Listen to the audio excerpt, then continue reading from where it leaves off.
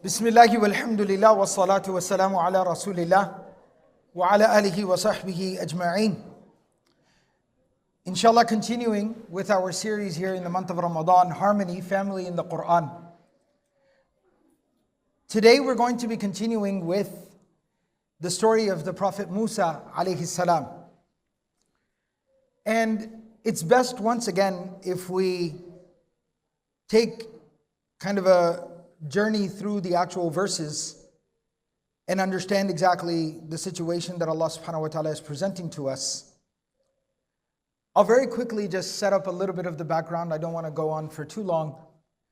But the Prophet Musa alayhi salam, we spoke about in the previous session that Allah subhanahu wa ta'ala, to manifest Allah's greatness, Allah's strength, and as a miracle and as a testament of the will of Allah, Allah subhanahu wa ta'ala arranged for the Prophet Musa alayhi salam to be raised within the home of Fir'aun. And as Musa alayhi salam grew up into a young man, he had a particular experience where he witnessed oppression occurring, and he stood up to that oppression and he dealt with the oppressor. But as a result of that, because of the oppressor belonging to the people of Fir'aun, the ruling class, the ruling party, they came after Musa alayhi salam. And Musa alayhi salam had to run and he had to flee for his life. And as Musa alayhi salam is leaving the only place he's ever known, and he's entering into a land that is unfamiliar to him, the land of Madian, he says, "Asa Rabbi an yahdiyani sawa as-sabil." He says, I am hopeful that my Lord will make a way for me.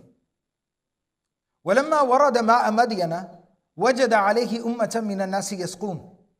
When he arrives there in Madian, and obviously as a traveler, he's looking for somewhere where he can take some rest, he can find some water, and he arrives at the watering hole of the people, and there's trees and there's shade and there's a well.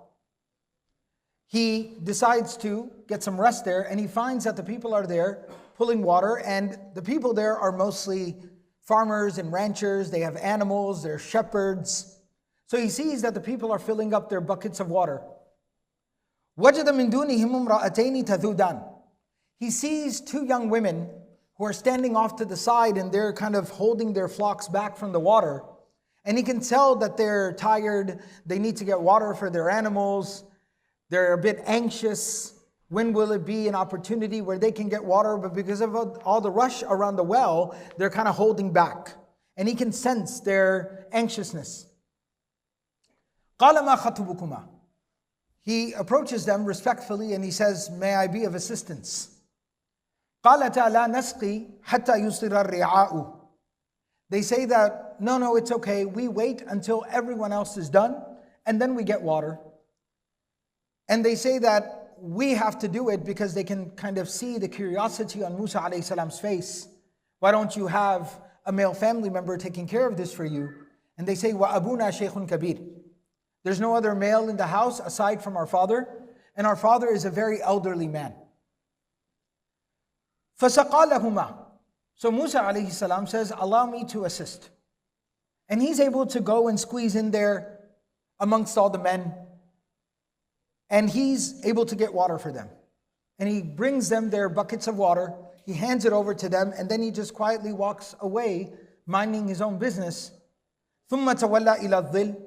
And he goes to a tree, sits under the shade of the tree. And now he's reflecting on his own situation, that he's out of, he has no home. He has nowhere to go to. He has no people. He has no family. He has no support. He has no money. His sole possession is the shirt on his back. And as he sits there under the shade of the tree, and naturally a person would start to worry about, what am I going to do? How am I going to make my way? What can I do? At that time he turns to Allah subhanahu wa ta'ala and he prays to Allah. Rabbi inni lima anzalta ilayya min khairin faqirun. That, oh Allah, I am desperately in need. I am your humble servant, helpless, desperately in need of anything good that you can provide to me. I will take whatever assistance that you give me. Oh Allah, I'm not worthy, I'm not deserving, I'm your humble servant. Please help me. And the particular note, and this is the pillar of the story, this is the primary lesson I want for us to be able to benefit from here today. That Musa alayhi salam, he has this humility before Allah. He doesn't demand anything. He doesn't say, I'm a good person. Why is this happening to me? This shouldn't be happening to me. He doesn't say any of that. He's humble. Humility. And that's the moral of the story. He's humble and he has this integrity with Allah. And he says, my Lord, I am your humble servant and I will gladly, gratefully accept whatever blessing you bestow upon me. The humility and the integrity. Now, فَجَاءَتْهُ إِحْدَاهُمَا تَمْشِي عَلَى اسْتِحْيَاءٍ. A little while later, one of the two young ladies that he had assisted comes walking back. And she's very modest and, reserved in how she approaches from a distance. And she says, Inna abi yad'uka. My father summons you. My father calls you. لِيَجْزِيَكَ أَجْرَ مَا سَقَيْتَ لَنَا. So that he can appreciate you assisting our family. فَلَمَّا جَاءَهُ وَقَصَّ عَلَيْهِ الْقَصَصِ.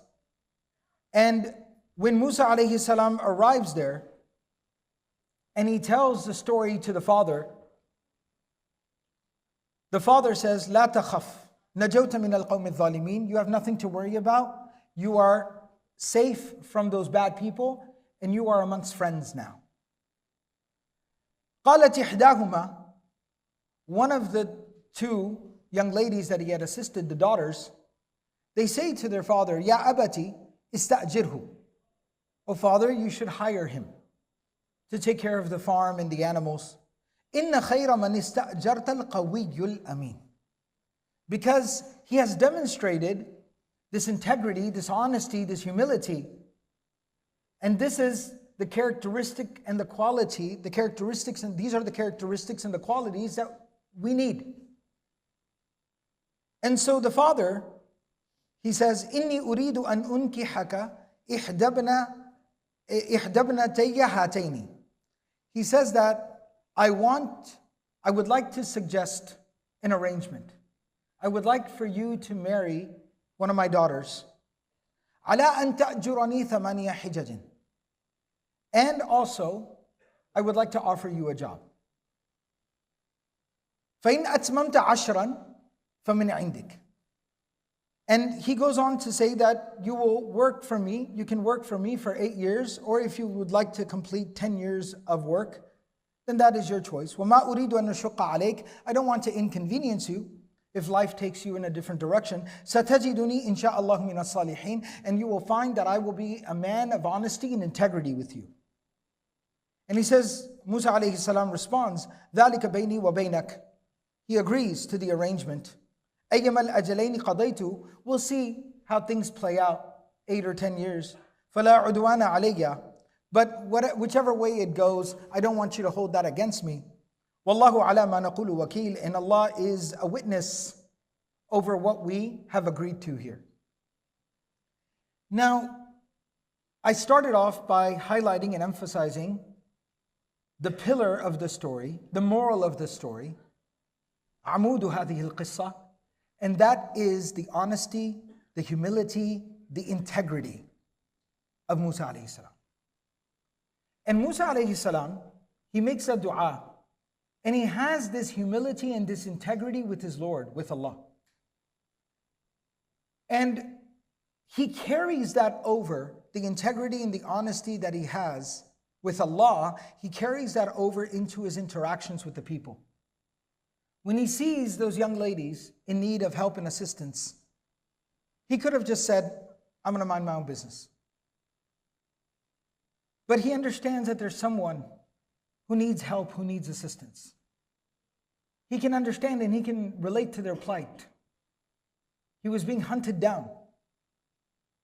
They were trying to kill him. for standing up for what's right.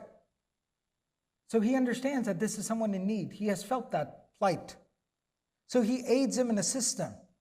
But his integrity, his humility is such that the integrity is, he does it in the most respectful, honorable way.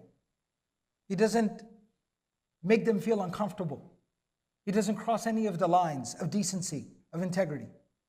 He has humility, where he understands that the opportunity to help your fellow human being is a blessing from Allah.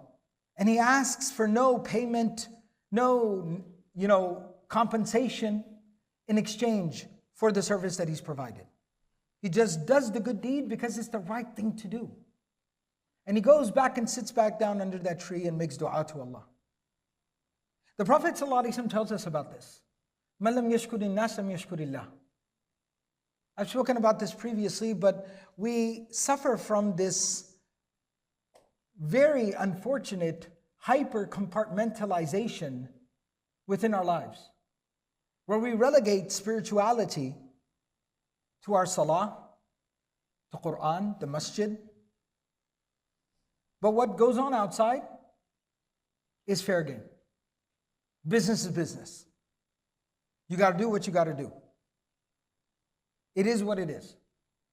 But in actuality, the Prophet ﷺ is saying that someone who cannot learn to be grateful to people will never ever truly be grateful to Allah. Your dealings with the people are a direct reflection of your relationship with Allah. And that's what we see with Musa alayhi salam. He actually assists them first with the integrity, with the humility, with the decency. And then he makes that dua to Allah, that beautiful dua to Allah. And you see that complete cohesion, coherence. You see that coherence between his character and his connection to Allah. There's no imbalance between those two things. We oftentimes talk about the internal and the external. This is another aspect of that iman, and the coherence of iman. That my conversation with Allah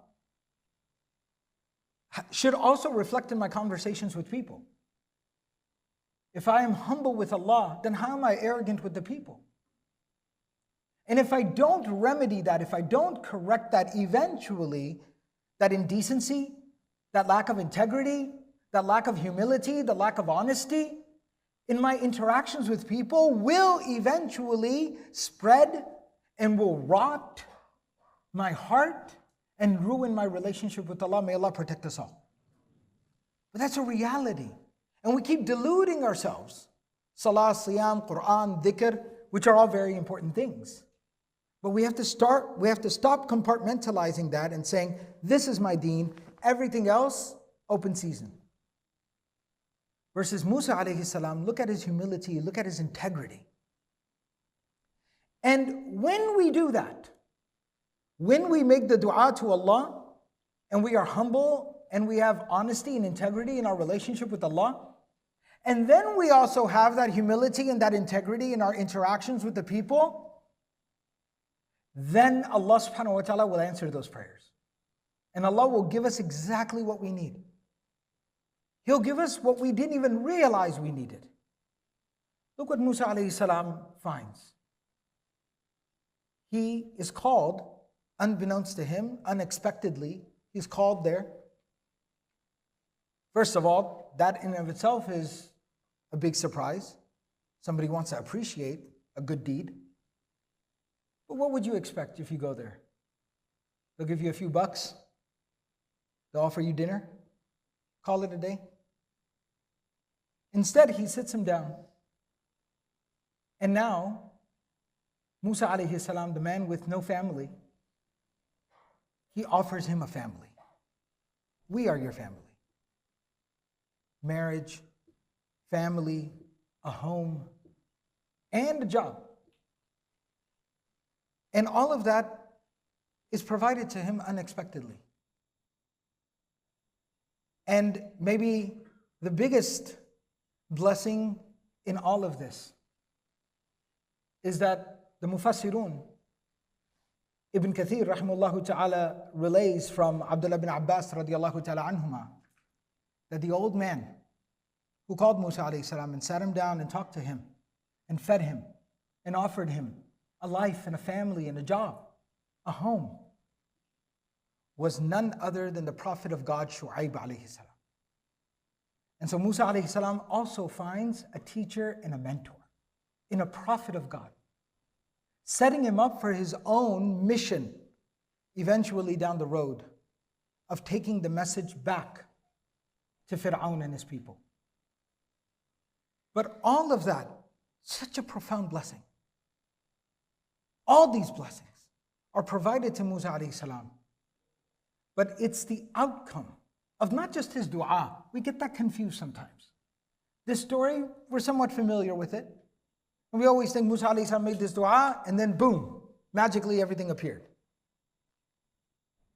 But Musa alayhi salam did make that dua, absolutely. But Musa alayhi salam also lived the dua. He conducted himself with the utmost integrity, decency, honesty, humility. We're all making dua for different things in our lives.